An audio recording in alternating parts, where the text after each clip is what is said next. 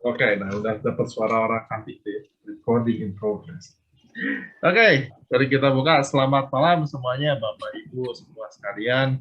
Terima kasih sudah join di acara kita yang ketiga. Eh, Tiga kan ya benar ya. Indonesia War Room yang ketiga.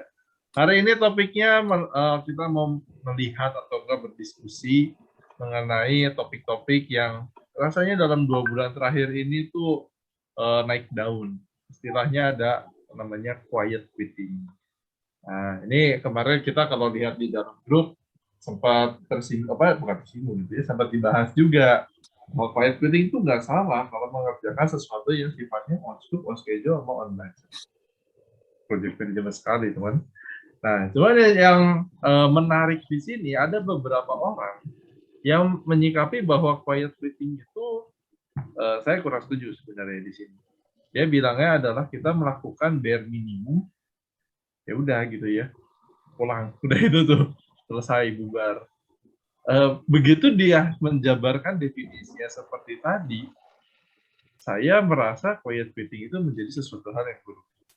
Karena yang sebelumnya begitu baca begitu, oke, ini sesuatu hal yang biasa aja, malah cenderung baik gitu ya.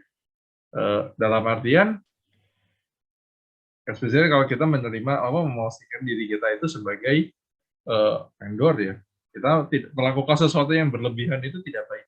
Jadi customer-nya malah jadi tidak happy dengan kita melakukan seperti itu. Nah, jadi pokoknya topikannya kayak gitu. Ini ada dua sisi. Ada yang melihat quiet quitting sebagai sesuatu yang baik. Mostly dia menargetkan adalah angkatan kerja yang baru masuk, yang orang-orang bilangnya Gilsberry itu. Sama satu lagi yang menganggap bahwa quiet quitting itu adalah sesuatu hal yang buruk. Dalam artian, ya ini biasanya melihat para business owner.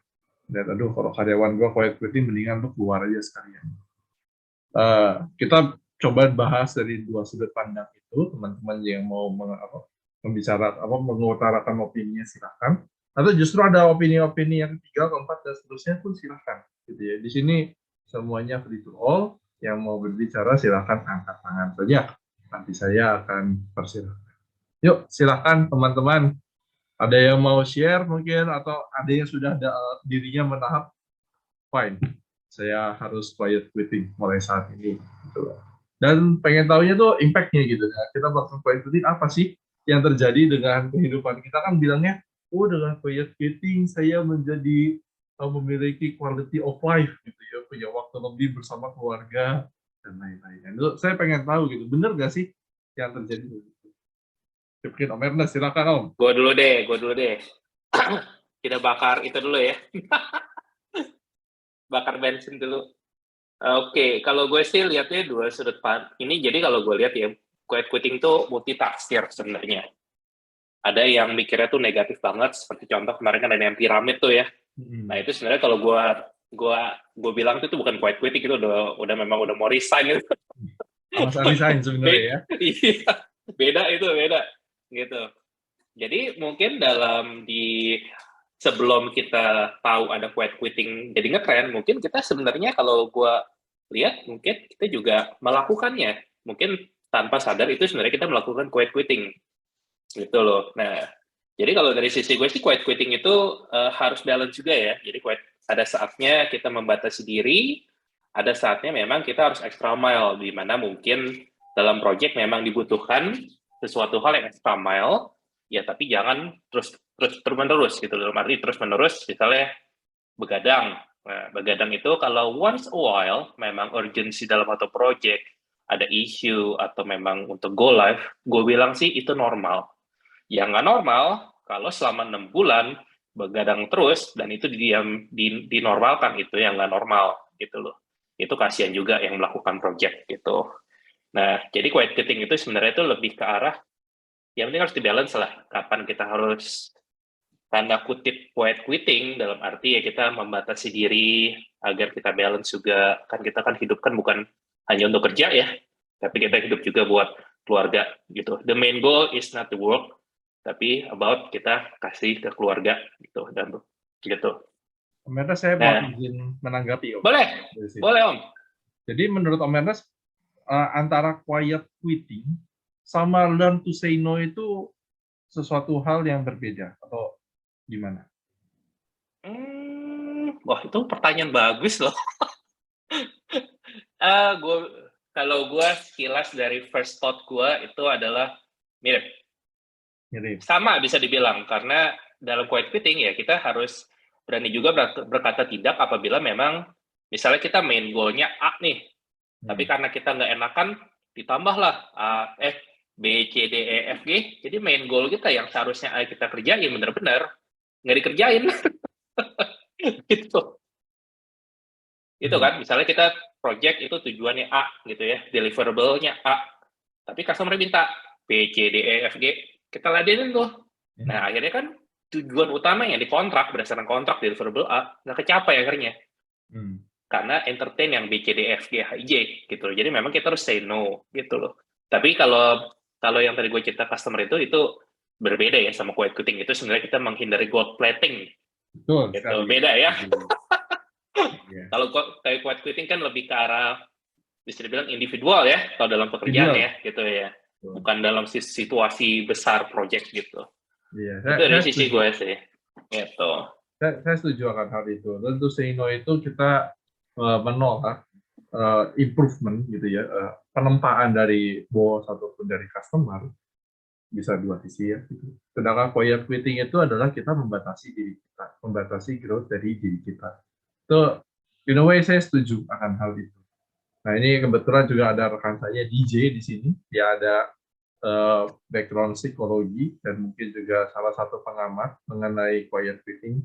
Coba saya pengen dengar deh pendapatnya DJ ini gimana gitu dari sudut pandang psikologi. Apakah quiet quitting itu sesuatu yang baik atau yang buruk dari sudut employee dan juga employer-nya? Sorry Bas, tadi suaranya keputus.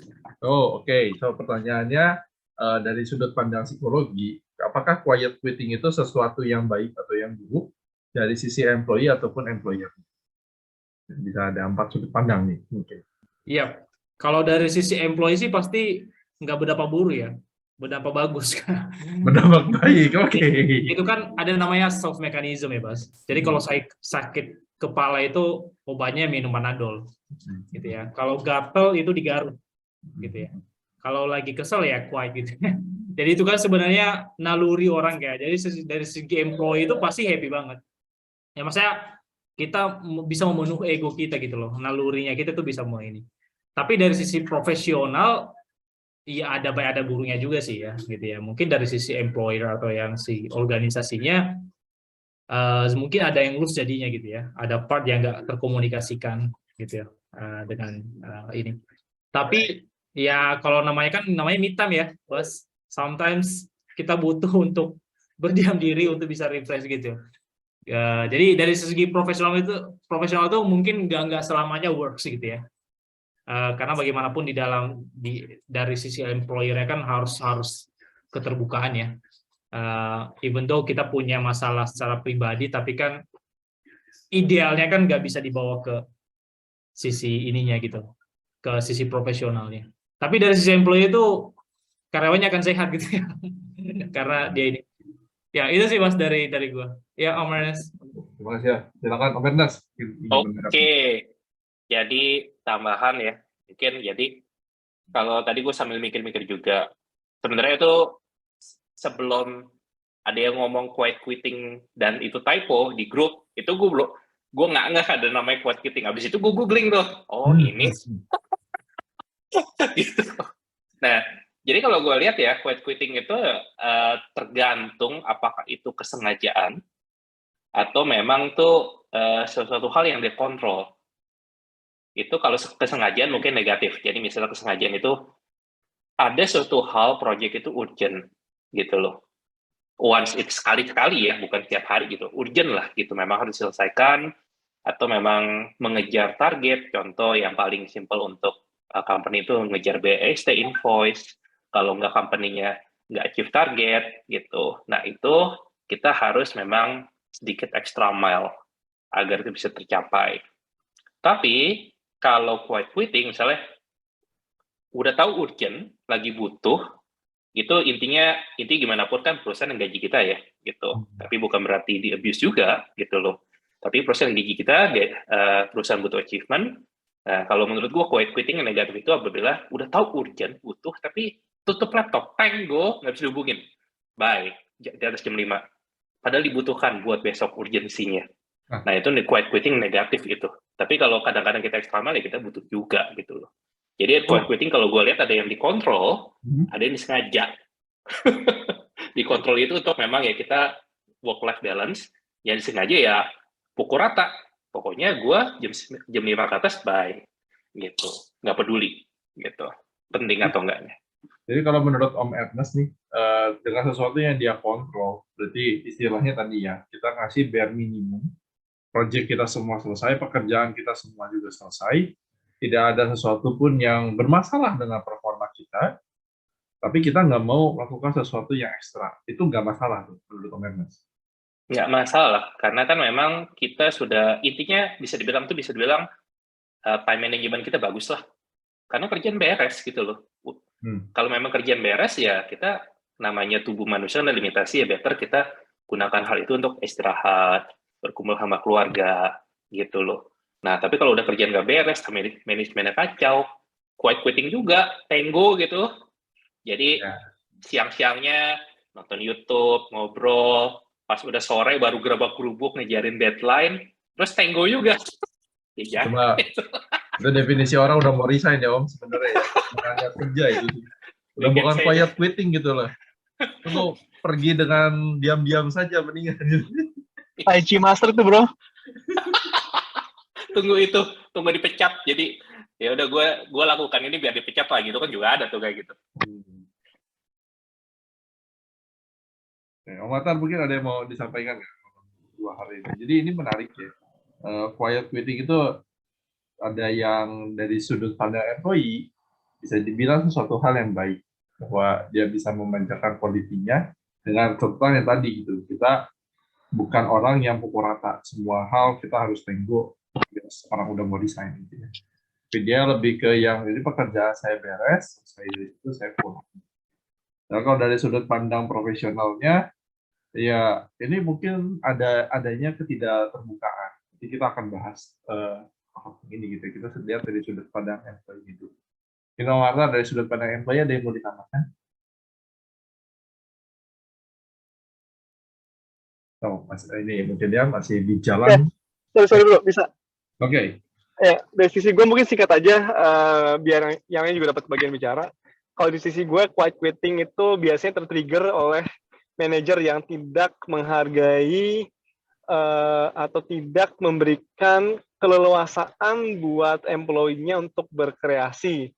Cenderung, udah deh gini aja deh, nggak usah diribet-ribetin gitu. Atau tidak menghargai kekreativitasan dari employee, sehingga dia merasa ide-idenya nggak dihargai, sehingga udah deh daripada gue extra mile, udah gue cukup segini aja.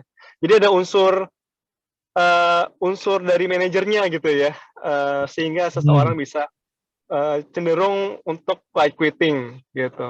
Gue melihatnya dari sisi itu. Jadi poin quiet quitting bukan ada yang batuk tuh, bukan karena out of nowhere tiba-tiba begitu gitu ya, tapi konteks quiet quitting yang gue baca-baca itu ada faktor manajer yang tidak mendukung karir sehingga, atau mendukung kreativitasan dari seseorang, sehingga ya udahlah, sama aja gajinya segini-segini juga, ngapain gue terlalu gitu-gitu amat. Nah, kurang lebih gitu sih itu pancingan dari gue bro.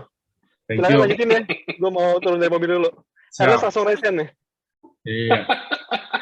Selalu ada asap sebelum ada api. Ya. Oh, Bu Mariana dulu. Tadi udah tunjuk tangan duluan. Boleh. Monggo Bu. Ya, selamat malam semuanya. Halo Coach. Pak Atta. Apa kabar Mbak? Ya, baik Pak. Terima kasih saya diizinkan untuk join di sini. Saya tertarik dengan istilah, kalau saya nyebutnya QQ ya, biar singkat aja. Karena kebetulan saya lagi mengamati untuk QQ ini bisa nggak di-handling dengan coaching gitu ya. Tapi kita sekarang bicaranya tentang QQ-nya aja ya. QQ itu menurut saya bisa muncul seperti apa yang tadi disampaikan Pak Ernest maupun Pak Atta. Tapi intinya karena ada satu hal yang tidak memuaskan, baik itu karena capek, karena kesel, karena tidak puas dengan apa yang diterima di perusahaan ya. Bisa situasinya, bisa entah ya dalam bentuk apapun gitu ya. Nah, terlebih lagi muncul istilah quiet quitting ini pada saat pandemi. Jadi ketika WFH, kayaknya sih jam kerja itu jadi semakin tidak terkontrol. Berapapun dihubungin harus bisa kayak gitu. Tapi juga kadang-kadang sepi job juga ya seperti jadi nggak rutin seperti jam-jam biasa. Nah ini yang kadang-kadang bisa membuat orang itu menjadi lelah, gitu ya. Sehingga ketika lelah dia merasa saya perlu keluar dulu. Dari sisi employee, saya setuju apa yang dibilang sama Pak Ernest tadi bahwa sebenarnya ini sah-sah aja gitu loh proses ini karena kalau untuk periode yang sementara gitu ya, karena orang bisa mencapai titik jenuh, bisa capek, sementara dia mau keluar. Nah masalahnya pada saat keluar, ini sedikit bicara tentang impact ya, kita tidak bisa mengikuti apa yang terjadi di proses kerjanya, sehingga impact-nya juga akhirnya kita ketinggalan. Padahal dalam proses kerja itu seringkali kan sebenarnya ada ilmu ya buat kita juga. Nah, karena ketinggalan ini ada baiknya kalau orang melakukan proses quiet quitting ini diimbangi dengan dia punya satu tambahan ilmu yang dia juga harus pelajari gitu loh. Karena quiet quitting ini kan sebenarnya ada semacam tuntutan mau ke ini work life balance kayaknya gitu loh. Saya ingin kondisi mental saya seimbang, saya nggak mau kerja terus, saya ingin seimbang sehingga saya ingin keluar dulu gitu loh. Kalau hanya digunakan untuk istilahnya mau istirahat dalam tanda kutip atau healing gitu ya, sayang sekali gitu.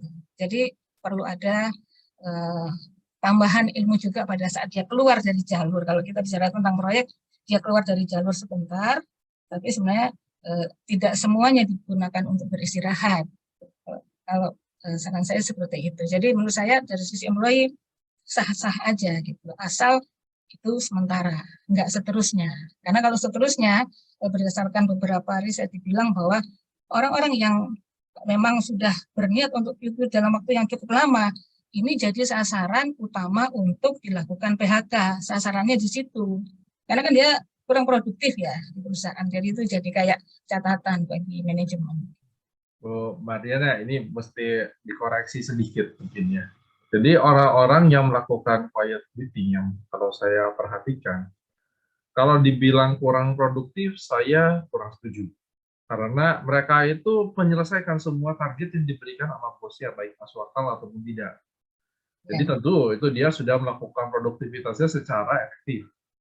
Mungkin itu sangat efisien juga gitu ya. Yang tidak kalau itu orang yang menyadari time manajemennya, ya menyadari sampai di situ, kemudian dia quiet quitting kan. Tapi kan ini kan ada juga orang-orang yang dia itu tadi ada rasa nggak puas, ada rasa lelah karena WFH-nya jam kerjanya nggak jelas, jadi lelah, dia ngambil jalan pintas untuk melakukan itu. Nah, itu sehingga kan dia terhenti nih. Maksudnya itu orangnya resign Bu atau gimana? Contoh kasusnya gitu. Enggak, dia memang membatasi pekerjaannya, membatasi komunikasinya, begitu jam 5 pulang, dia udah nggak bisa dihubungin lagi. Jadi benar-benar kayak di freeze gitu, nanti besok datang lagi jam 9 misalnya atau jam 8 sampai jam 5, pokoknya benar-benar sesuai jam kerja. Tapi pekerjaannya selesai Bu? Enggak, ini kita bicara yang nggak selesai. Kalau yang tadi dibilang dia selesai, itu ya, ideal. Itu kondisi idealnya. Gitu. Tapi kan ini ada juga yang dibuat buat mereka, saya ingin keluar dari perjalanan ini, nanti saya akan masuk lagi. Itu ada yang seperti itu. Itu tipe yang tadi ya, yang dia dengan sengaja, ya saya juga setuju sih itu. Jadi dia kebablasan, dia tidak mengerti definisi yang propernya sih dari quiet quitting. Oke, Ernest mau menambahkan apa? Ya, itu tadi sudah direvisi sama Om Bas ya. Jadi memang itu yang versi negatifnya yang diceritain Bu Marina, di mana selesai nggak selesai pokoknya gue tank gitu kan, nggak mau tahu. Di mana kalau yang versi bagusnya, jadi efisien gitu loh. Jadi selesai tepat, ya saatnya healing, tapi tetap standby kalau dibutuhkan benar-benar urgent, tetap jawab. Nah, juga saya mau menambahkan yang dari Om Atar tadi. Kalau tadi kita versinya masih employee ya. Nah, Om Atar kasih bumbu-bumbu yang ada versi atasan juga. Ya, itu benar. Itu gue honestly alami yang dulu ya, bukan sekarang ya. Itu yang dulu gue alami gitu, sempat jujur aja. Gitu.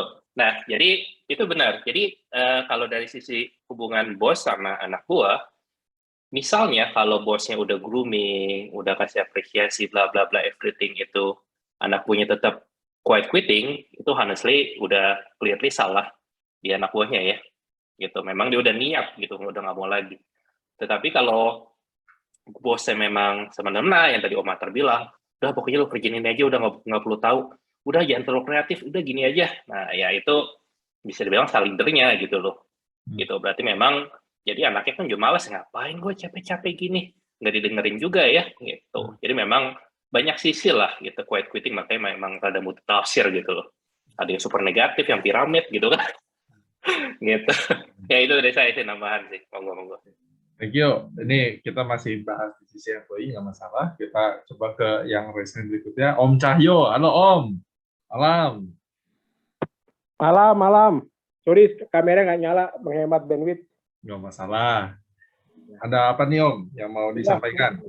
Iya, mungkin sedikit share aja. Jadi, kalau lihat dari literatur ya, dari literatur itu quiet quitting itu, kalau nggak salah itu term itu muncul dari Jepang ya. Kalau nggak salah dari Jepang ya, negara Jepang. Ya ini sudah sharing. Tahun 2006-2007 itu saya sempat bertugas di headquarter-nya Samsung di Korea. Jadi kalau diperhatikan memang pola kerjanya orang sana, orang Korea ataupun dari orang Jepang sendiri itu bayangin aja, jam 5 pagi kita sudah berangkat dari apartemen sampai kantor jam 6, itu sudah mulai persiapan, artinya kita harus ngikutin training-training yang diadakan oleh company lah gitu. Jam 7.30 itu sudah harus login, ya 7.30 sudah harus login meskipun secara kontraktual jam 8 sudah mulai kerja. Nah, kalau kontraknya itu lihat dari jam 8 sampai jam 5, kenyataannya adalah kita baru bisa pulang itu jam 12 malam. Bayangin, setiap hari dari Senin sampai dengan Jumat, Sabtu pun kita lembur, pulang jam 12 malam. Artinya kita jam 12 malam dari kantor, jam 1 baru sampai apartemen. Nah, pola kerja seperti itu yang membuat ya istilahnya para pekerja itu sedikit dalam arti jenuh ya, setiap harinya jenuh. Dan itu memang secara nggak langsung memang dipaksakan gitu loh. Secara ada peraturan di kantor ataupun di perusahaan, selama atasannya ada di sana, artinya anak buahnya nggak bisa pulang. Nah mungkin untuk generasi muda yang saat ini itu kalau diperhatikan ya, jadi mereka sudah cukup lelah sehingga mereka sudah mulai mengangkat isu ini ke pemerintah Korea maupun Jepang, sehingga dari government pun sudah mulai membatasi jam kerja yang seharusnya jam 5, jam 8 sudah harus dimatikan semua fasilitas kantor gitu loh. Nah ini pola-pola seperti ini yang membuat term dari quiet quitting itu jadi sudah mulai muncul gitu, seperti itu. Dalam arti gini, banyak anak-anak muda kalau dilihat dari belakangan ini dari negara-negara itu mereka sudah cukup lelah dan membatasi pola kerja dari company-nya maupun atasannya gitu loh. Jadi kalau di negara-negara Jepang itu kan memang pola kerjanya cukup keras tuh, ataupun negara-negara seperti Korea, Jepang itu kan pola kerjanya cukup keras. Dalam arti anak-anak muda ini sudah mulai, tanda kutip, sudah mulai tidak mau mengikuti pola kerja yang ada, yang diterapkan oleh perusahaan maupun atasannya. Tapi kembali lagi ke leadership dari atasannya masing-masing, bagaimana caranya membuat yang anak-anak muda ini bisa semangat gitu loh, dalam arti mengikuti pola kerja yang diterapkan di perusahaan. Nah, kebetulan beberapa waktu yang lalu sempat diskusi dengan CFO-nya Lazada, ya, CFO-nya Lazada, beliau menyampaikan ada beberapa treatment supaya generasi milenial ini bisa mengikuti pola kerja yang pressure-nya ya cukup tinggi lah, jadi mereka nggak menyerah. Jadi pressure-nya adalah triknya adalah kaula muda ini, yang kaum milenial ini diberikan semacam status yang sifatnya fun, ya, misalnya fun. Misalnya kamu saya tunjuk sebagai CFO deh, hari ini sebagai CFO atau minggu ini sebagai CFO. CFO ini bukan menjadi Chief Financial Officer, tapi Chief Fund, ya, Chief Fund Officer. Jadi yang membuat dia semacam punya tanggung jawab, punya fund, punya dilibatkan dalam sebuah program atau project. Jadi ya, at least kita membuat dunia environment kerja itu menjadi lebih fun seperti itu. Dan biasanya ini masukan dari CFO Lazada sendiri, kaula muda yang milenial ini butuh diangkat-angkat gitu loh. Dalam arti disanjung-sanjung sehingga mereka juga merasa menjadi bagian dari sistem yang ada, ya. Dilibatkan juga, disanjung-sanjung, diangkat-angkat, jangan sampai mereka menjadi merasa kecil hati seperti itu. Nah, ini mungkin masukan komen-komen dari saya. Oke, ya. Terima kasih. Terima kasih Om Cahyo. Ini saya baca komen tadi ada Om Jojo, tapi saya mau menyikapi ini dari yang Om Hidayat dulu. Kayaknya Korea lebih kejam dibanding Jepun. Om, ada yang lebih kejam katanya. Ibu kota. Karena katanya lebih kejam dari Ibu Tiri itu. Jadi kerja di ibu kota mungkin lebih kejam lagi gitu ya. Dibanding kerja di negara tetangga. Tuh, terus ini dari Om Delviar yang tadi saya juga lihat sudah dijawab sebagian oleh Om DJ. Jadi ya memang kuncinya di sini mungkin saya harus masuk ke pembahasannya sedikit ke sebelah, yaitu dari sudut pandang employer atau si pengusahanya. Ini tadi sempat disinggung beberapa bahwa karyawan melakukan quiet quitting itu ada 3 hal. Kalau tadi kita lihat di diskusi ini ya. Yang pertama saya sebut itu geng sakit hati. Alias kita udah ide capek-capek, terus sudahnya dikacangin, kacang goreng. Lebih laku dari tahu bulat mungkin gitu ya. Terus yang kedua, kita tuh sangat lelah karena yang tadi gitu jam kerja yang tidak masuk akal, yang kita mungkin tidur aja sangat kurang. Dan yang ketiga, ini yang paling fatality, itu kita dipaksa atau tidak dipaksa secara ancaman langsung gitu ya, tertulis dari surat peringatan atau aturan perusahaan, tapi dari sisi norma yang tadi gitu ya, kalau bos belum pulang, lo nggak boleh pulang. Nah, udah gue quiet quitting aja gitu ya, karena kerjaan gue udah beres, kenapa gue harus di kantor? Itu saya sangat setuju gitu ya, jika saya sebagai karyawan pun, kalau pekerjaan saya sudah selesai, ngapain saya ikutan lembur? Kecuali itu adalah tim saya dan saya harus menunjukkan rasa solidaritas. Sesekali saya mungkin harus ikutan, aku setuju tentang hal itu. Tapi ketika itu menjadi habit, itu baru yang mungkin saya tim yang mengatakan bahwa itu adalah toxic environment. Nah, sesuatu hal yang menarik dari sini, dari sudut pandang bos gitu ya, atau si pengusaha, bahwa ketika kita melihat ada karyawan kita yang melakukan quiet quitting, mereka tuh, ya kalau saya lihat ya yang lagi viral, mereka sedih. Bilangnya, kenapa kamu berubah? Dulu kamu terbiasa untuk melakukan extra mile, saya minta apa kamu kerjakan. Kok sekarang kamu tenggo, kamu membatasi hanya melakukan pekerjaan kamu, bare minimum, supaya kamu nggak dipecat, kamu tetap dibilang sebagai produktif dan efisien. Personally, menurut saya masalahnya cuma satu, yaitu di komunikasi. Kalau komunikasinya sendiri kita pecah lagi, itu ada macam-macam. Ada dari sisi trust, ada dari paling besarnya trust ya. Sampai yang kedua itu transparansi. Saya menyikapi dua hal itu terkait quiet quitting. Mungkin ada yang mau menanggapi. Sekarang kita coba sudut pandangnya, kita sebagai yang pengusaha, pemberi kerja, terus melihat ada anak buah kita yang melakukan quiet quitting. Tadi habis itu kita mungkin ke topik yang ketiga, kalau masih ada waktu dari Bu Mariana. Bisa nggak orang-orang yang melakukan quiet quitting ini di coaching? Short answer dari saya mungkin jawabannya adalah bisa, Mbak. Gitu. Yes, silakan Bu Mariana. Ya, saya menanggapi yang terakhir tadi disampaikan ya dari sisi owner ya, dari sisi perusahaan.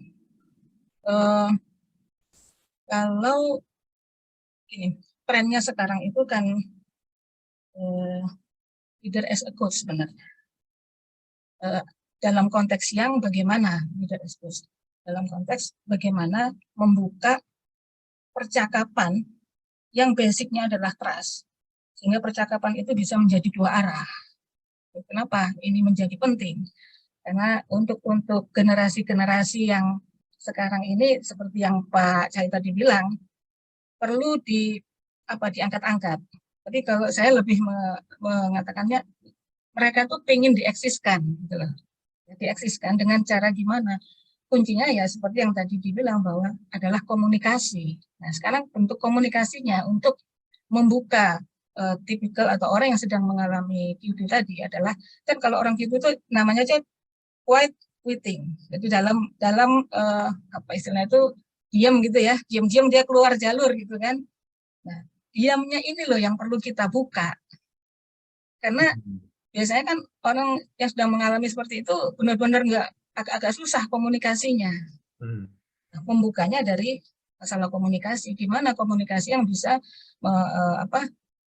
membuat dia bisa menyampaikan apa yang sedang terjadi, yang dia alami. Kan macam-macam sebenarnya triggernya kan. Ada sakit hati, ada pengen memang benar-benar life balance, ada gitu ya, ada positif negatif. Karena itu yang tidak bisa kita kendalikan, tapi yang bisa kita kontrol adalah bagaimana supaya seorang ini mau membuka kepada kita, sehingga kita akan sampaikan jalan keluarnya gimana. Nah, dalam proses coaching, kita menghindari pertanyaan kenapa.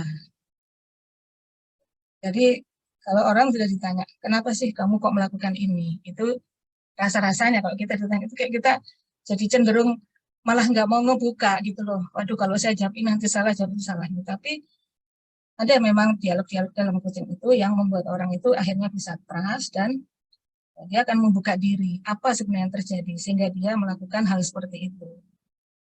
Nah kalau untuk yang positif, yang tadi yang dibilang bahwa ya, semua udah selesai kok. Time manajemennya memang bagus. Ini nggak masalah gitu. Tapi ini kita concernnya kalau untuk orang-orang yang memang dia meninggalkan jalur ini, tapi ini kerjaannya belum selesai. Itu dari saya. Marina, izin bertanya. Ya. Kenapa pertanyaan kenapa itu tidak baik pada saat coaching? Kan itu bisa menggali kurang tepat ya. Karena gini, kalau dialog coaching itu proses coaching itu kan mengajukan pertanyaan-pertanyaan ya, menggali kemampuan orang, karena diyakini bahwa semua orang itu sebenarnya punya potensi, gitu. Tapi kadang tersembunyi dan kadang si orangnya sendiri tidak menyadari, gitu. Sehingga kenapa ada sesi coaching itu untuk menemani si orang ini menemukan kemampuan diri terbaiknya dia seperti apa. Nah itu melalui pertanyaan-pertanyaan. Nah, pertanyaan yang bagaimana yang biasa dilakukan di sesi coaching adalah pertanyaan yang sifatnya terbuka, yang jawabannya itu enggak tertutup. Jadi misalnya gini, kenapa kalau mau jalan ke Blok M kok harus naik MRT? Benar nggak sih kamu ke sana naik MRT? Jawaban cuma ya dan tidak kan gitu. Tapi kalau kita bertanya misalnya dalam sesi coaching, apa sih yang kamu lakukan kalau kamu harus ke Blok M misalnya? Ya dia akan tertrigger, dia akan cerita. Orang itu akan mulai terbuka. Oh ya, saya ke sana karena saya pengen nyoba naik ini. Jadi itulah membuka komunikasinya. Seperti itu. Coba menarik ya, pertanyaan kenapa itu kan akan membuat jawabannya itu open-ended. Tapi ada kecenderungan kalau kita bertanya kenapa pada saat coaching, itu akan cenderung ke sisi yang negatif.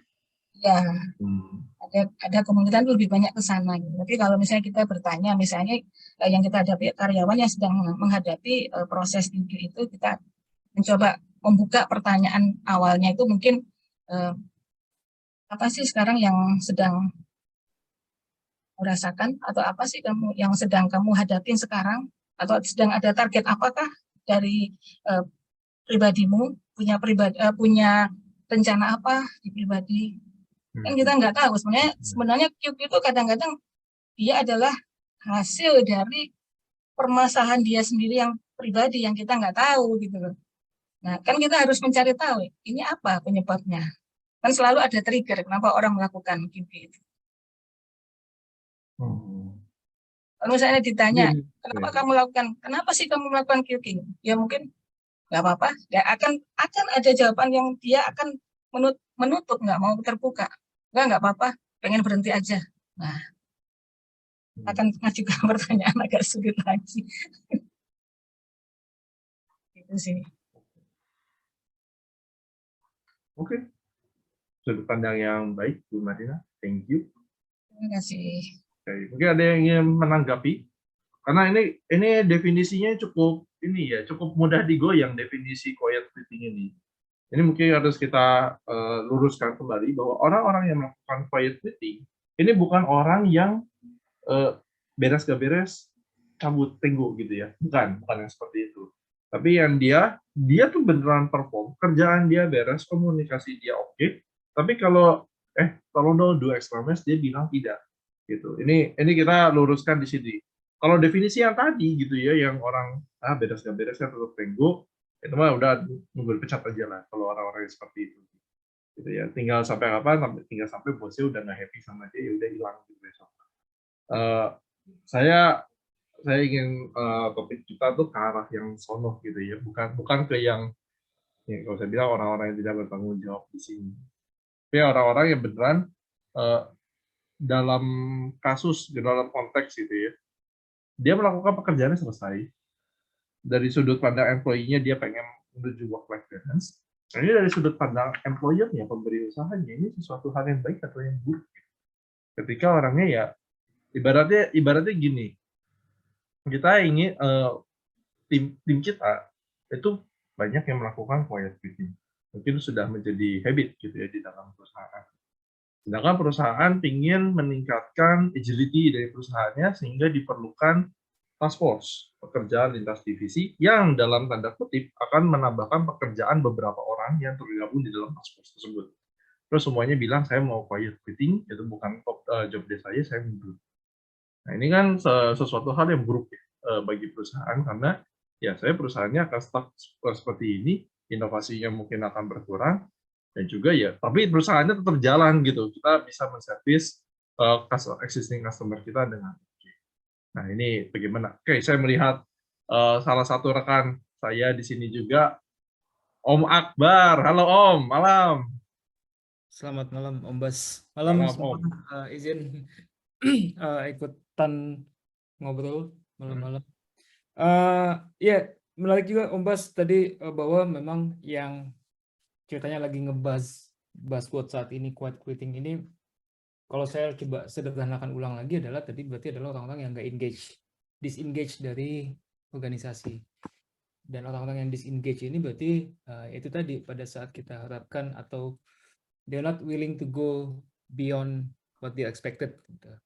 So ini apakah bagus bagi perusahaan? Tentunya enggak, karena tentunya dari yang diharapkan adalah yang ada di perusahaan ini, kita dalam organisasi, baik itu perusahaan, baik itu yayasan atau apapun itu, orang-orang yang ada di dalam satu organisasi adalah orang-orang yang memang memiliki satu visi dan bahkan sangat buy-in banget, sehingga mereka benar-benar percaya dengan visi dan misi yang ingin dicapai oleh organisasi ini, and they willing to go extra miles gitu. Nah, itu tadi definisinya, saya sepakat sama Om Bas. Nah, untuk yang quiet quitting, ya kayak gini lah, saya agak bingung juga. QQ ya, kalau tadi kata Bu Marina lebih enak ngomongnya. Untuk QQ ini, saya coba ngeliat dari sisi konteks si leadernya sendiri gitu. Dan saya coba talikan buzzword yang sekarang lagi happening ini dengan teori yang justru muncul dari tahun 60-an. Ya, ini kalau teman-teman yang ngambil PMP cukup lama, itu mungkin kenal dengan teori ini. Karena waktu itu disebutin di Herzberg Theory. Gitu. Yes. Herzberg Theory, ya ini adalah, jadi basically kan ada dua teori ya, ada dua, teman-teman nanti tinggal Google aja deh gitu kan, ada hygiene factors sama motivators. Nah, dalam konteks QQ ini, tentunya ini kalau hygiene factors-nya sudah tidak terpenuhi, ya di sinilah akan muncul dissatisfaction. Di sinilah muncul ketidakpuasan dari para tim kita. Disinilah akan munculnya juga disengagement, sehingga ya itu tadi apa namanya, mereka tetap akan kerja. By the way, ini juga balik ke awal tadi lagi, bahwa tidak satisfy-nya karyawan itu sebenarnya tidak, menariknya juga tidak berbanding lurus dengan performance. Bisa aja tadi memang betul bahwa karyawannya nggak satisfy sebenarnya kerja di perusahaan ini, ya gedek banget, tapi nggak ada pilihan. Tapi dia akan tetap penuhi segala kewajiban dia. Ya, dia akan tetap perform sesuai dengan ekspektasi, walaupun dia sebenarnya dissatisfied 100%. So, menariknya juga memang begini, karena beberapa penelitian sudah confirm bahwa dissatisfaction itu tidak berbanding lurus dengan job performance. Nah, hygiene factors pada saat dia tidak terpenuhi, yang akan muncul adalah dissatisfaction. Tentunya berarti kalau begitu, faktor-faktor di hygiene factor seperti gaji, working condition, kalau tadi kayak ceritanya Mas Cahyo, working condition itu kan ekstrim banget ya, sampai jam 12 malam, baru bisa balik ke apartemen, besok paginya udah mesti jalan lagi gitu. Itu ekstrim. Nah, faktor-faktor itu semua kalau tidak tidak dirawat, tidak dijaga, tidak diberikan working condition yang baik, salary yang memang sesuai, relationship dengan kolega dan dengan supervisor juga tidak dijaga dengan baik, itu akan menimbulkan dissatisfaction. Yang dibalikannya, faktor-faktor di sisi motivators atau satisfiers itu yang akan bisa meningkatkan motivasi para tim kita untuk tentunya willing to go extra mile, seperti job status tadi kan, makanya cerita Lazada tadi bahwa dikasih title yang lucu-lucuan gitu kan, dikasih tempat kerja yang menyenangkan, oke, gitu kan, dikasih responsibilities, recognitions, and so on gitu. So saya coba ngelihatnya untuk yang QQ ini, coba deh kita coba lihat dari teori lama ini, mungkin bisa jadi masih sangat relevan untuk kondisi sekarang. Oke, gitu dulu deh, nggak usah lama-lama. Thank you, Om Bas, teman-teman yang lain. Thank you, Makbar. Saya juga setuju ketika kita melihat QQ ini dari teori motivasi, oke ya. Oke, Om DJ mungkin ingin disampaikan dari sudut pandang psikologi. Menambahkan sedikit sih, Bas, sebenarnya tadi singgung juga kan sama Om Akbar ya. Kalau orangnya melakukan QQ berarti nggak sesuai dengan value dari company ya. Tapi harus dikoreksi juga dari value company-nya gitu loh. Kadang-kadang kan ya kita harus bisa ngelihat kan, kerja jam 8 sampai jam 6 sore ya. Kalau saya keluar dari jam 6 lewat 1 ya saya nggak salah gitu ya. itu kan perusahaan membuat peraturan tersendiri gitu loh. Dan itu adalah pasal yang sangat-sangat keras di perusahaannya. Jadi dari sisi employee dulu. Nah, hanya saja kita perlu lurusin sih Bas ya. QQ ini kan kita ngelihat harus ada indikatornya dulu yang bisa diukur. Yang pertama, apakah produktivitas menurun? Yang kedua adalah apakah dia nggak hadir rapat? Kemudian diminta tolong oleh atasan, tetapi tidak memiliki alasan yang kuat gitu. Itu kan harus jelas dulu gitu ya. Baru kita bilang, oh ya orangnya sudah mulai QQ nih. Baru kita bisa masuk tadi yang dibahas sama Bu Maria itu coaching gitu ya. Nah, itu kan harus jelas dulu. Tapi selama orangnya yang 3 itu nggak kelihatan gitu ya, dan produktivitas tetap terjaga, nggak ada, there is no big deal lah menurut gua gitu loh. Di ini. Nah, hanya saja kalau kita tarik tadi saya sempat dicek di room bahwa habit itu lebih kejam dari SOP. SOP-nya bilang masuk jam 8 keluar jam 6. Habit orang jam 8 baru pulang ini. Terus ada habitnya nggak boleh pulang sebelum manajer pulang. Dan itu mempengaruhi terhadap karir lu di perusahaan. Kalau SOP-nya kita pulang jam 6 lewat 1 ya nggak ada ngaruh gitu loh, karena lu melakukan benar. Tapi kalau habit jam 7 harus baru pulang sebelum atasan dan segala macam, harus ngikutin semua boleh dibilang atasan, itu mempengaruhi terhadap karir lu Bas gitu ya. Lu akan start di tempat karena lu nggak cocok dengan value-nya atasan lu, bukan dengan value-nya perusahaan lagi gitu ya. Itu kan 2 hal yang ini. Nah, itu yang harus di garis bawahi juga ya. Jadi ada beberapa yang memang harus diperhatikan dari sisi itu gitu loh. Jadi QQ itu sebagai istilah gitu loh, istilah tapi lebih mengarah ke negatifnya gitu. Nah, harus dilihat kan dari positifnya yang tadi itu. Once dia tetap bisa melakukan, dan satu terakhir ya gitu.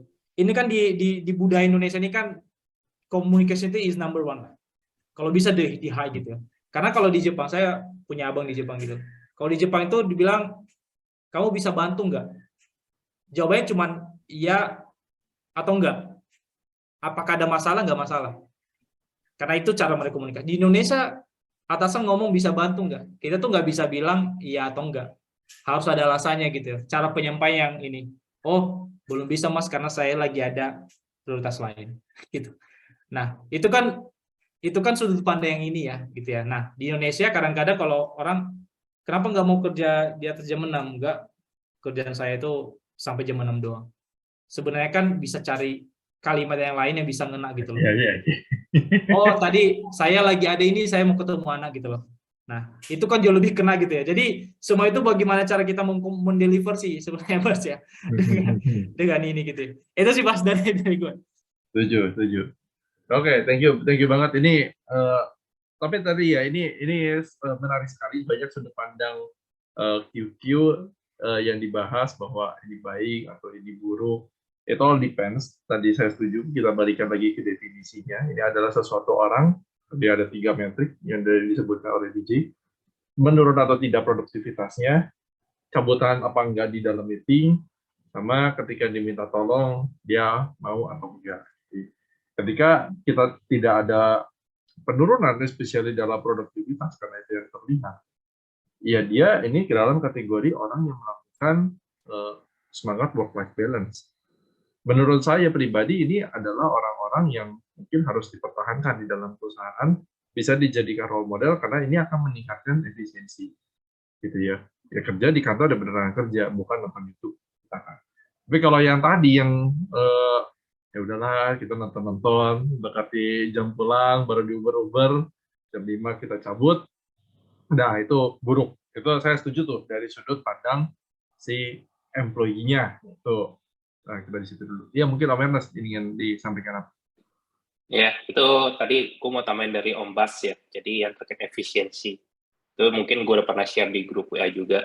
Jadi mungkin salah satu culture kita itu tuh melihat orang kerja keras kalau kerja lama. Ya, gitu loh. Yang efisiensi nggak dianggap. Gitu loh. Dianggap selesainya 2 jam dibandingkan sama yang selesai 6 jam, lebih bagus 6 jam, lebih kerja keras. Gitu, pekerjaan sama hasilnya gitu loh. Nah, itu sebenarnya lebih ke culture ya di Indonesia ya. Nah, karena kita kan lebih ke knowledge worker, bukan buruh ya pasarnya gitu ya. Kalau buruh kan memang working time ya, clock in, clock out. Tapi kalau kita knowledge worker adalah based on result gitu loh. Kalau kita memang bisa mengerjakan lebih efisien, dalam 2 jam bisa mengerjakan sesuatu hal yang lebih besar dibandingkan dengan yang kerja 12 jam, hasilnya cuma report gitu kan. Misalnya contoh ya. soalnya ada. Iya. Gitu. Nah, itu seperti itu sih efisiensi ya gitu. Itu culture, itu bahaya itu. Culture harus kerja keras tuh dianggap yang kerjanya lama banget dibandingkan sama yang efisien tapi result besar. Gitu. Ya itu sih tambahan dari gua. Itu menarik juga gitu ya. Tadi ada ibu kota paling kejam, ternyata ada yang lebih kejam dari ibu kota, yaitu adalah culture tidak sehat. Oke, bagus sekali itu ya. Oke, nah ini sekarang coba dari tadi kita belum sampai nih.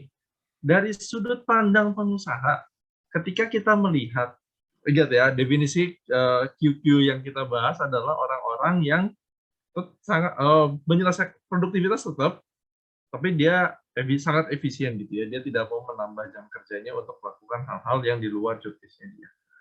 Ini dari sudut pandang pengusaha ini bagus apa enggak sih sebenarnya menurut teman-teman? Ketika teman-teman menjadi pengusaha ya sekarang konteksnya. Oke. Kalau dari sisi gua itu ya balik lagi tergantung QQ-nya itu yang mana. Kalau QQ-nya itu mana? Oke. Yang itu aja udah gitu.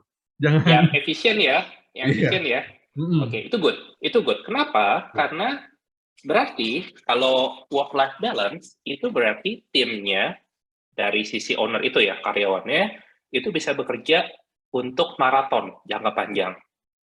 Gitu loh. Karena dia efisien dan work-life balance.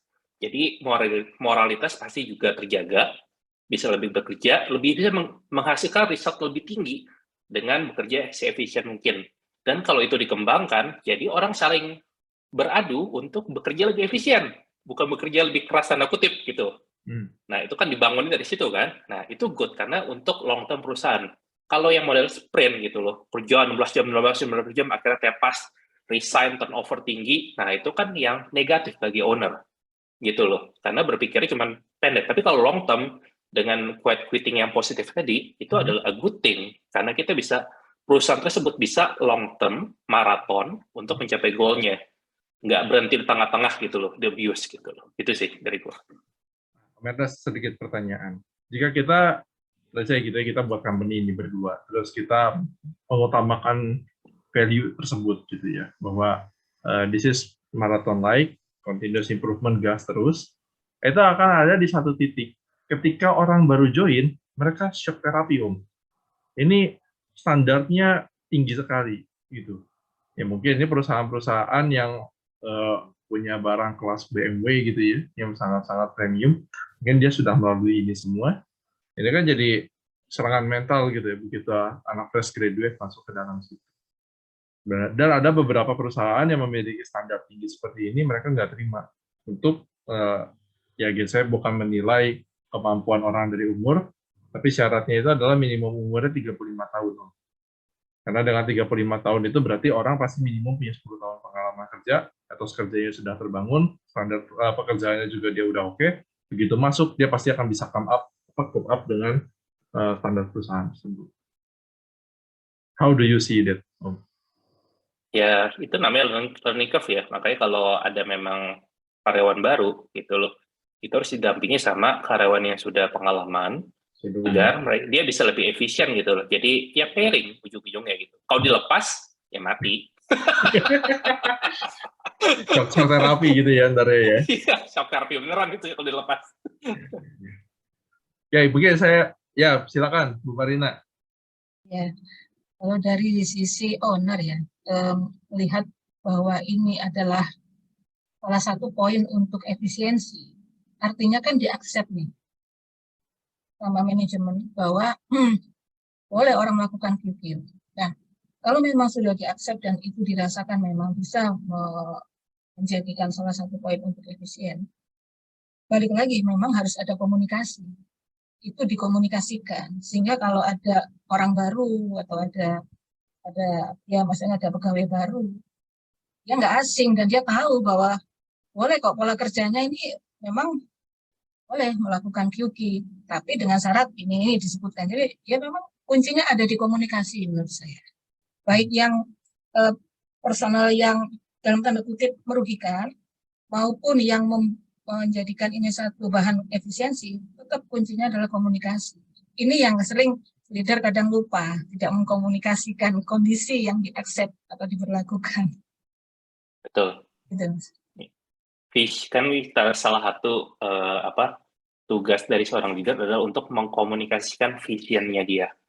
Every single, ya setiap waktu lah intinya agar vision itu tetap selalu diingat oleh anak buahnya gitu loh. Jadi anak buahnya untuk melakukan sesuatu yang disuruh oleh atasannya itu punya alasan, punya visi, nggak sekedar melakukan kayak robot gitu loh. Nah itu yang harus disampaikan agar terjadilah culture tersebut, karena mereka tahu, oh, gue melakukan ini karena tujuannya ini, gitu kan. Oke. Ini saya mau kasih contoh deh tentang masalah komunikasi. Ini beberapa waktu yang lalu ya ada teman yang cerita. Saya bilang mungkin dia star. Jadi dalam artian ketika dikasih proyek-proyek yang susah tuh dia dulu. Ya. Tapi bosnya tuh nggak pernah ngomong apa sih plan untuk dia. Dikasih proyek-proyek yang susah, dikirim keluar kota, pindah-pindah divisi gitu ya, suruh benerin satu dan lain-lain. Nah, itu terjadi selama kurang lebih 1-2 tahun, akhirnya dia resign. Alasan dia resign sederhana, ini saya dipindah itu, saya tidak dibutuhkan atau kenapa? Karena ketika kita dipindahin orang, pilihannya dua kan. Saya nggak mau setim lagi sama kamu, atau yang kedua saya mau men-challenge kamu, ketika kamu bisa melampaui ini semua, mungkin kamu bisa menggantikan posisi saya. Dan saya rasa orang yang atau leader yang berpikir di opsi yang kedua itu nggak banyak. Bukan berarti tidak ada ya, itu nggak banyak. Sekalipun dia berpikir, lebih sedikit lagi yang mau mengkomunikasikan itu kepada orang yang dalam tanda kutip dia cegurin. Karena kita berprinsipnya adalah, ntar juga lu tahu sendiri lah kenapa gue melakukan ini. Pala lu gitu ya, kalau menurut saya. Emang saya bisa baca isi palamu gitu kan, kayak gitu. Jadi ya komunikasi gitu. At least ngomong lah gitu ya. Saya tidak bisa menjanjikan kamu apa-apa. Kamu ikut di sini, ikuti plan saya. Jika kamu lolos ini semua dalam 2 tahun, setidaknya kamu memiliki knowledge yang serupa dengan saya. Perkara kamu dapat posisi lebih baik atau tidak di tempat ini, saya nggak tahu, saya nggak bisa jamin. Yang bisa saya jamin adalah kamu keluar dari sini adalah kamu yang lebih baik daripada sebelum kamu waktu kamu join di sini. Gitu, itu dari sudut pandang saya gitu ya, tentang komunikasi persuasion ya. Nah, ini kan kita dari tadi mungkin sudut pandangnya kita sebagai orang-orang pejuang 45 gitu ya, karyawan yang mencoba berpikir menjadi bos gitu kan. Yo, Akbar masih ada di sini nggak? Karena saya taunya dia salah satu pengusaha gitu. Kalau yang lain ada, oke mungkin ini deh. Ada yang pengusaha dan mau ini nggak share something gitu atau punya pengalaman, biar kita dapat real case gitu ya. Mungkin Ya. gue bisa nge-share Bas ya pengalaman. Oke, silakan DJ. Pernah punya 40 sampai 50. Suaranya agak kecil, ini bisa lebih kencengan? Waduh, ini seperti ada masalahnya ini, Bas. Masalah mikrofon ya. Iya. Sudah, coba saya mendekat tadi ya. Kedengaran, Bas. Headphone-nya QQ ini, headphone-nya QQ. Bare minimum ya, dia nggak rusak ini. Dia bare minimum. Oke. Ini kedengaran ya, better ya. Ya. Nah, masa kita punya 40 sampai 50 ini juga kan sebagai tim kan ya, saat ini ada di menjalankan. Jadi sebenarnya dari sisi ini mungkin dari sisi home industry ya, kita mikirnya. Bahwa menurut saya nggak ada satupun pengusaha yang happy kalau efisiensi. Jam 6 semua pulang ini. Menurut saya itu nggak ada. Kalaupun ada, ya ada gitu. Sekarang yang jadi pertanyaan kan selalu outcome-nya ya. Gitu ya. Oke, kita sampai jam 6 tapi outcome-nya 50. Kita sampai jam 7 outcome-nya 55. Saya bilang jam 6 aja. Karena itu cuma 5 gitu loh. Menurut bos saya itu nggak usah gitu loh. Kalau misal mau spend. Apakah kita bisa strict? Kalau kita biasanya ya saya senang gitu loh. Kalau tim itu ya udah saya mau pulang jam 6 mas gitu karena ada urusan di luar ya nggak apa-apa. Bahkan jangan jam 6. Kalau jam 4 pun kamu mau ada urusan di luar ya nggak apa-apa, pergi aja gitu. Nggak masalah buat saya. Tetapi kan kita bicara dari sisi habit Bas ya. Jadi kalau kita sudah habit jam 6, semua pulang bla bla itu akan terbentuk. Itu setahun 2 tahun itu udah itu akan menjadi habit yang susah untuk dirubah. Yang pertanyaannya adalah dalam dunia usaha kan kadang kita nggak tahu ya. Besok itu tuh harus ekstra. Nah tiba-tiba besok saya harus kerja sampai jam 8 karena besok harus closing gitu. So the question is who's willing follow the rule? Siapa yang bisa gitu ya? Kalau perusahaan lagi bagus sih oke lah. Oke saya kasih kalian ya ekstra pay deh. Tapi kalau perusahaan lagi down, tapi besok ada pesanan yang harus saya buat gitu loh. Dan kita nggak punya budget untuk bisa ini. Mau nggak mau saya minta pengertian karyawan bisa nggak ini. Karena kalau perusahaan ini bangkrut, ya kita juga yang bisa kena impact. Gitu ya. Jadi sebenarnya dari sisi ininya ya mungkin nggak terstruktur ya. Jadi dari sisi pengusaha pun sebenarnya kita akan lebih happy kalau mix gitu ya. Jadi nggak ada yang benar-benar strict banget, jam 6 pulang gitu ya. Atau nggak ada strict banget, kita kerja sampai jam 10 yuk, enggak. Karena saya pun kalau misalkan sampai udah jam 8 nih, saya bilang ini rata-rata jam 8 nih selama seminggu. Kita kan hitung cost juga kan. Kalau kerja di rumah sih nggak masalah gitu ya, udah biarlah. Tapi ini kan kerjanya direct gitu ya. Kita udah menghitung cost lampu, air, fasilitas, parkir, bla bla bla gitu ya. Yang kita keluarin costnya 50 juta. Sementara outcome itu cuma 25 juta. We lose the money gitu ya. Jadi saya akan bilang mulai minggu depan kamu nggak usah lanjut deh gitu ya. Maksudnya udah strict aja jam 6 nggak apa-apa. Karena ternyata cost saya itu jauh lebih gede gitu loh. Nah ini kan yang harus diperhatikan. Jadi kan dari sisi pengusaha pun kita nggak cuma mikirin yang penting ini kerja keras gitu ya. Yang paling penting apalagi home industry ya.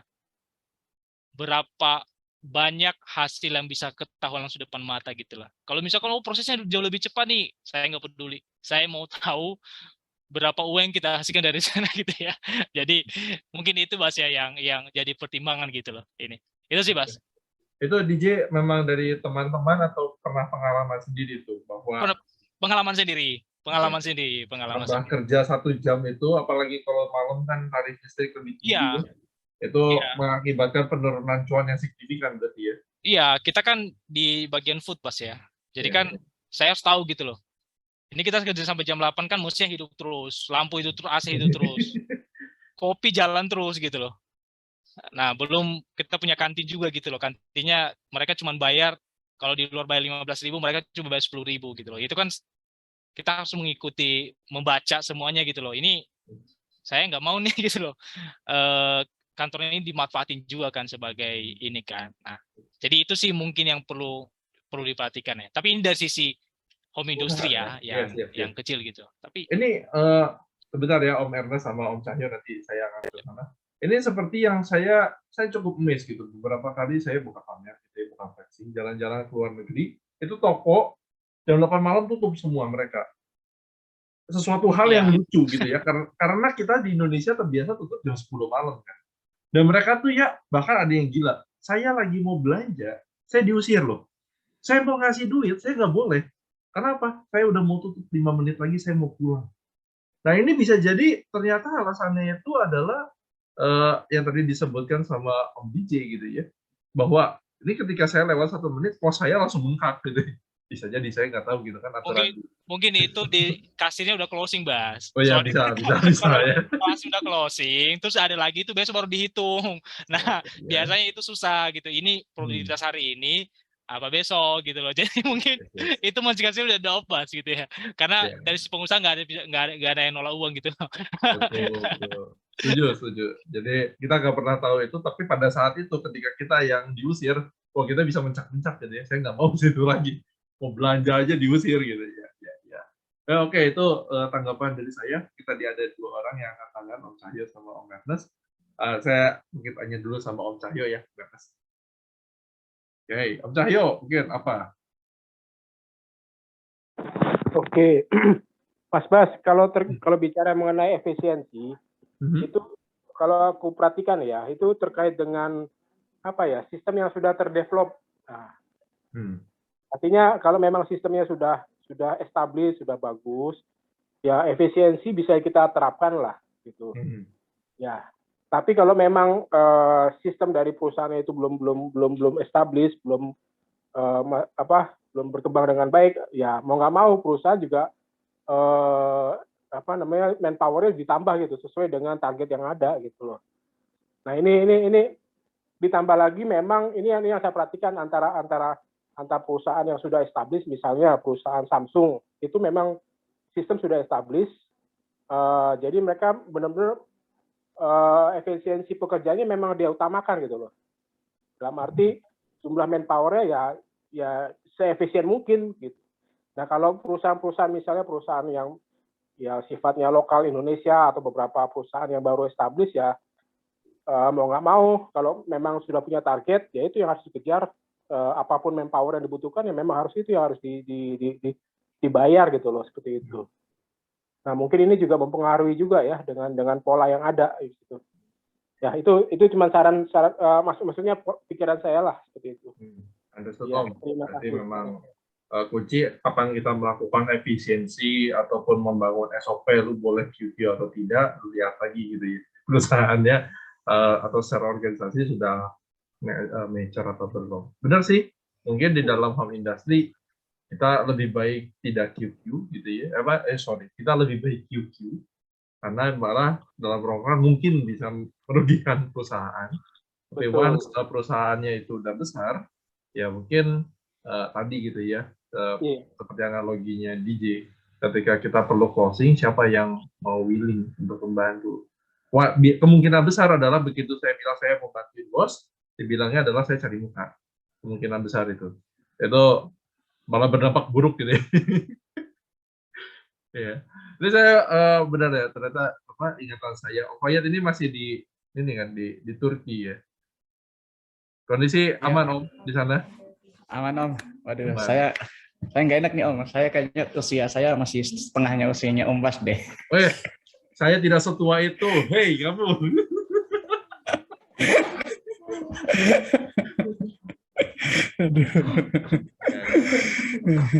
Gimana? Apa kamu ini terpengaruh sama influencer atau video-video yang viral di sana bahwa saya kalau kerja QQ aja deh, gitu kan, Tenggo pulang. Kayak gitu nggak coba nih? Ini saya pengen tahu gitu. Kalau di sini apa sih culture-nya beda Om. Kayak seperti yang tadi Om Bas cerita tuh, kalau di luar negeri tutup kalau warung udah tutup tuh ya udah dia kagak nerima tuh orang belanja. Itu emang aku sangat ngerasain di sini. Begitupun kayak kantor-kantor atau bahkan home industry. Aku kan ada usaha jual makanan di sini Om. Kayak kita misal mau pesan packaging meal box gitu. Kalau kita ngechat di luar jam kerja, dia bilang dia bakal balas besok gitu. Sesimpel itu. Tapi orang Turki kalau masalah produktivitas sih aku belum bisa menilai, karena emang baru masuk juga di dunia kerjanya di Turki baru kurang lebih 2 bulan, jadi aku belum bisa menilai. Cuman kurang lebihnya quiet quitting itu emang udah culture orang sini sih. Tenggo berarti ya? Iya Tenggo, ya benar. Kita nggak bisa generalisir QQ gitu ya, dia katanya aja negatif gitu kan. Terus kalau kita konotasikan ke yang makin negatif makin kacau gitu. Jadi kita bilangnya mereka Tenggo tuh di sana ya. Benar. Kita nggak tahu itu QQ beneran atau mereka udah disengit. Kita nggak tahu itu. Harus ini ya, pengenalan lebih dekat gitu dengan mereka. Benar. Oke. Thank you, itu menarik sekali ya, ternyata mungkin kita mau go internasional kali ya, membudayakan QQ atau Tenggo dalam hidup kita, mungkin I don't know. Kita reaksi lah ya dalam 5-10 tahun ke depan apa yang akan terjadi dan akan terjadi di Indonesia.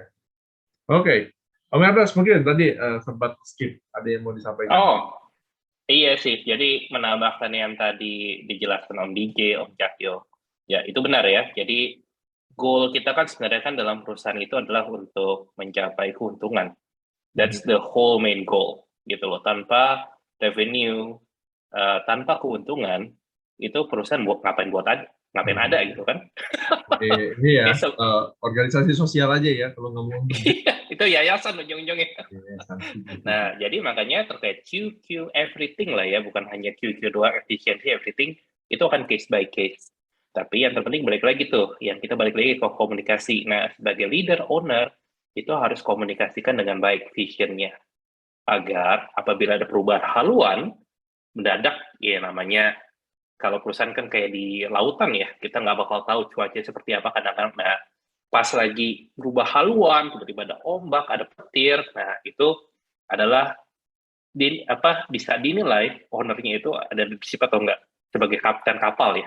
Bisa meskipun santai-santai tiba-tiba berubah, maksudnya udah senang-senang, adem tiba-tiba berubah kena ombak gini-gini. Nah, itu saatnya dinilai tuh leadership-nya gimana cara komunikasikan ke timnya agar tetap berjalan dan timnya juga willing to help extra mile. Karena lagi diperluin gitu loh. Gitu ya. Jadi memang case by case, banyak faktor banget gitu. Terutama yang tadi perusahaan perumahan, kalau yang listriknya itu tambah gede gitu ya, kayak gitu, itu salah satu faktor juga.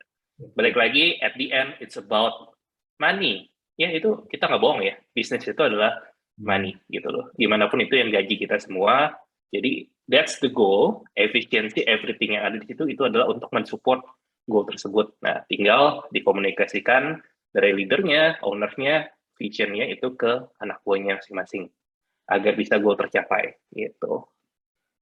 Ya, nah ini mungkin satu pertanyaan yang menarik ya, karena tadi kan kita melihat rasanya komunikasi is the key gitu ya, baik apapun gitu ya, yang tadi Tenggo ataupun yang udah nggak jelas gitu ya, hidupnya nunggu dipecat.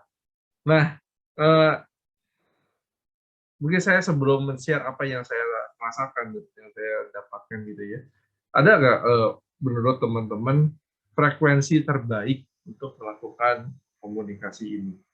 Maka di awal, di akhir, kalau dibilang katanya sih yang paling bagus komunikasi secara berkala, berkalanya itu tuh berapa lama gitu ya? Sebulan sekali, setiap hari, setiap jam, yang mana gitu teman-teman? Ada yang mau kasih ini nggak, question untuk diskusi? Balik lagi ke case by case ya, gitu. Contoh, kalau dalam project Scrum, otomatis daily, kurang lebih ya, pas daily stand up gitu contohnya. Jadi kadang-kadang kalau memang timnya kita lihat sudah masih sejalan sama visi, mungkin nggak perlu daily juga, mungkin pas review. Terus kalau perusahaan juga, kalau memang normalnya kan semester sekali atau quarterly pada saat town hall itu kan visionnya diinfokan kan ya. Tapi kalau kadang-kadang kalau memang urgent, memang perlu dijelaskan ke karyawan ada sesuatu ya. Jadi gini lah, kalau kita lagi naik kapal, tiba-tiba ada ombak, hujan, everything, kan nggak mungkin nunggu bulan depan baru dikasih visi ya. Tapi pada saat itu dipanggil semuanya, ayo kita kumpul dulu, ini urgensi. Nah, seperti itu. Jadi case by case sebenarnya, berkalanya itu. Oke. Jadi mungkin dari Om Ernest, kalau ngomong reguler, ya bisa harian, kalau timnya masih, istilahnya forming ya, lagi berkenalan. Terus kalau misalkan ketika dia udah storming, ya mungkin kita cek per sprint. Kalau kita ngomongin kaidah agile, bisa 1 sampai 4 minggu sekali. Ini sejalan dengan apa yang saya lakukan. Saya mendapat satu insight bahwa one-on-one itu sangat penting.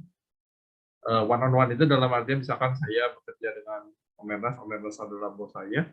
Ya udah gitu ya, kita set waktu 30 menit seminggu sekali, nggak boleh di-cancel. Dari situ bisa 2 arah, saya nanya ke Om Ernest atau Om Ernest nanya saya, baik secara kerjaan maupun secara personal. Yang penting kita ngebuat bonding. Nah, di situ tuh ketahuan gitu ya, tanda-tanda ketika dia sudah mulai mau resign atau itu bisa terlihat dari situ. Itu saya sangat setuju, dan jangan jadikan itu harga mati. Ketika ada incidental case, ini seperti kaidah agile juga gitu ya, kita harus bisa melakukan one-on-one, additional one-on-one. Dan itu pun jangan sampai jadi beban gitu ya. Jangan sampai dibilang, aku udah ngomong sama kamu one-on-one seminggu ini 5 jam, terus udah gitu, saya nggak mau one-on-one sama lu. Nah, kalau udah sampai dengar kata kayak gitu, siap-siap hilang lah ya mungkin. Artinya kamu sudah tidak sejalan dengan bos kamu. Gitu. Oke, Om Atar, oke, saya OTW rekap dulu gitu ya sebelum kita buka diskusi yang terakhir. Jadi ini menarik sekali, ternyata quiet quitting itu berdasarkan forum ini ada dari sudut employee ada 2 sudut pandang. Yang pertama adalah kita melihat ini sebagai sesuatu hal yang baik. Gitu. Dia melakukan pekerjaannya yang on script, on schedule, on budget, sesuai lah ya, produktivitas terjaga. Ujung-ujungnya apa, mereka mau work-life balance. Yang jadi salah kaprah atau latah adalah saya beres nggak beres pulang gitu ya. Ini yang biasanya orang-orang yang sudah memang mau resign. Nah ini itu yang kalau kita lihat dari dinamika yang terjadi baik di luar sana dan hasil diskusi kita di sini itu ini. Nah kita sepakat bahwa definisi quiet quitting atau QQ itu lebih ke arah yang definisi pertama, bahwa orangnya itu produktivitas tidak turun, mereka menuju work-life balance, dan ini sebenarnya good dari sisi perusahaan, dari sisi karyawannya. Nah, kalau dari sisi pengusaha, kita lihat dulu gitu ya. Bisa jadi ini good juga gitu, karena akan meningkatkan etos kerja si perusahaan, jadi semakin tinggi, membuat culture juga yang baik. Drawback-nya adalah ketika saya baru masuk gitu, karyawan baru lah, saya bisa jadi shock terapi gitu. Ini gila, kenceng banget gitu speed kerjaannya. Saya harus gimana, kena mental lah ya. Nah itu solusinya dengan kita ada pairing dari sama atasan. Ya lama-lama kan kalau kita masuk di lingkungan yang membuat kita berkembang, kita juga akan bisa ngikutin. Katanya seperti itu, saya tahu, tapi prosesnya berat, jadi jangan menyerah dengan jarak gitu ya, teman-teman. Nah, satu lagi yang buruk, sisi buruk adalah ketika quiet quitting itu menjadi habit gitu ya. Semuanya diam-diaman dan akhirnya ini contohnya tadi salah satu rekan kita, dia punya usaha food. Terus terbiasa kalau kamu kerja lebih dari jam 6 itu perusahaan itu sebenarnya jadi rugi, jadi lu bubar aja. Tapi misalkan suatu ketika dia bukan diwajibkan sih ya, ada orderan yang tiba-tiba membludak karena sudah menjadi habit pulang tenggo. Ini nggak ada yang mau tenggo gitu ya. Sedangkan begitu saya yang angkat tangan saya mau tenggo, dibilangnya adalah saya cari muka. Nah ini juga harus dibalance-kan. Gimana caranya? Tadi kuncinya adalah komunikasi dan kita harus treat ini case by case. Tidak baik bahwa semua karyawan itu quiet quitting. Kita memerlukan orang-orang yang kelebihan gizi gitu ya, yang artinya setiap bos minta apa dia akan bilang siap bos dan dikerjain, of course ya. Kalau cuma siap doang sih lip service lah ya, itu nggak butuh tuh ya kayak gitu. Dikerjain ya, kita harus balance itu. Gitu sih Om, rekap dari diskusi kita. Mungkin ada yang mau dibahas atau ditambahkan dari Om Atar? Ya, mungkin gue tadi partisipasi belum terlalu intens. Izin ya, mungkin menambahkan. Thank you semuanya, partisipasi luar biasa nih, one of the best forum. Mas Bas, thank you udah facilitate ya. Mungkin dari saya gini, pertama saya komplain istilahnya itu misleading ya, karena kata quit ini berarti mundur. Itu jadi berbahaya ketika orang bekerja sesuai tupoksi, sebenarnya dia nggak quit, dia stay dengan melimitasi. Jadi kalau quiet quitting itu seolah-olah dia mau resign gitu loh. Jadi gua nggak cocok dengan istilahnya, tapi ya oke lah gitu ya. Yang kedua, pengalaman kerja selama 14 tahun lah ya. Pada akhirnya apapun istilahnya gitu ya, quiet quitting atau apapun, kalau kerja sesuai dengan porsinya saja, you are going nowhere gitu ya. Kalau kita mau karirnya bagus ya, you need to go extra mile. Itu udah hukum alam lah gitu. Kenapa? Karena kalau kita nggak memiliki kemampuan di luar job desk, kita nggak punya unique value proposition, sehingga nggak dilirik gitu loh. Istilah lainnya, kalau gue bilangnya, cara curang untuk karir cepat itu adalah kemampuan public speaking. Nggak semua orang mau public speaking, gitu kan. Nggak semua orang mau facilitate meeting di kantor, apalagi dengan klien. Tapi kalau orang bisa facilitate dengan bagus, orang akan melihat, oh ini orang kemampuannya bagus. Sehingga karirnya mungkin akan lebih bagus, karena unique value proposition dari orang itu. Dan terakhir dari sisi gua, di era VUCA yang setiap saat bisa berubah, hari ini Sambung ngomong apa, minggu depan Sambung ngomong apa, berubah-ubah, nggak tahu bener salah yang mana gitu kan ya. Kita nggak bisa andelin job desk gitu. Jangan lupa agile value ketiga. Mas Ernest ingat nggak value ketiga yang agile apa? Oh Coba iya. kita tes nih. Gua nggak hafal urutan lo Om. Oke, customer collaboration itu gelar kita dicabut Om, nggak boleh. Cabut. Yang ketiga apa? Coba Bas, lo inget nggak? Coba kita tes nih fasilitatornya. Customer collaboration over contract negotiation. Tuh, kalau kita punya agile mindset, secara umum kita akan mendeliver value. Nggak cukup hanya mengerjakan output, kalau outcome-nya nggak dapet, nggak percuma hanya checklist, tapi end result-nya nggak kita dapetin. Itu aja dari gue. Thank you Om Bas. Betul. Thank you banget. Ya, kunci ini buat nanti postingan gitu ya. Value agile nomor 3 itu perlu di hashtag itu. Kalau nggak dicabut gelarnya, ini bahaya. Oke, teman-teman, mungkin segitu yang tadi kita udah rekap, tapi kita masih ada waktu 10 menit. Boleh satu topik lagi atau satu ini pesan-pesan dari teman-teman sebelum kita akhiri dengan foto bersama? Ada? Ya, kedengeran bro. Ya, ternyata tidak ada Om. Kalau ini cuma gitu. Selesai ditutup oleh Om Atar. Thank you. Mungkin sekarang kita foto bersama dulu biar bisa eksis gitu ya. Di LinkedIn. Boleh di open kameranya teman-teman semua? Gue nggak open dulu ya bro ya. Oke, nggak ada masalah. Belum dandan. Belum pakai wig. Oke. Gue sambil mau nyapa dulu ya. Thank you nih Mbak Marina sudah join. Nih guru saya juga sebenarnya nih. Coach juga. Kemudian mau nyapa Mas Fayed dari Istanbul. Gimana di sana cuaca Mas Fayed? Alhamdulillah baik Om. Cuaca lagi peralihan musim. Oke, yang di luar negeri juga ada nih Mas Wibi di Poland. Gimana Mas Wibi? Cuaca? Oke Mas, oke. Oke. Iya. Kemarin kalah berapa? Sama Belanda ya Mas? 2-1 ya kalah? Atau 3-1? Waduh iya ya. Nggak nonton sih Mas, cuman tahu kalah aja. Oke. Sama mau sapa Pak Dani tadi, makasih yang bareng. Udah nyampe Bandung ya Pak Dani ya? Oke. Mantap. Ya wes. Yang lainnya sehat-sehat ya, semoga ya. Sorry nggak nyapa semuanya, kita foto langsung. Silakan Mas Bas. Oke, ini ternyata berapa nih, 8, 10 ya, ada beberapa yang enggak, oke ya. 3, 2, 1. Luar biasa. Coba, ada luar biasa itu siapa? Terima kasih ya. Coba saya cek dulu. Oke, sudah masuk teman-teman. Terima kasih, sekali saja sudah fotonya. Terima kasih sekali lagi saya ucapkan atas partisipasinya. Saya sangat happy dengan diskusi di sini. Always learn something new today.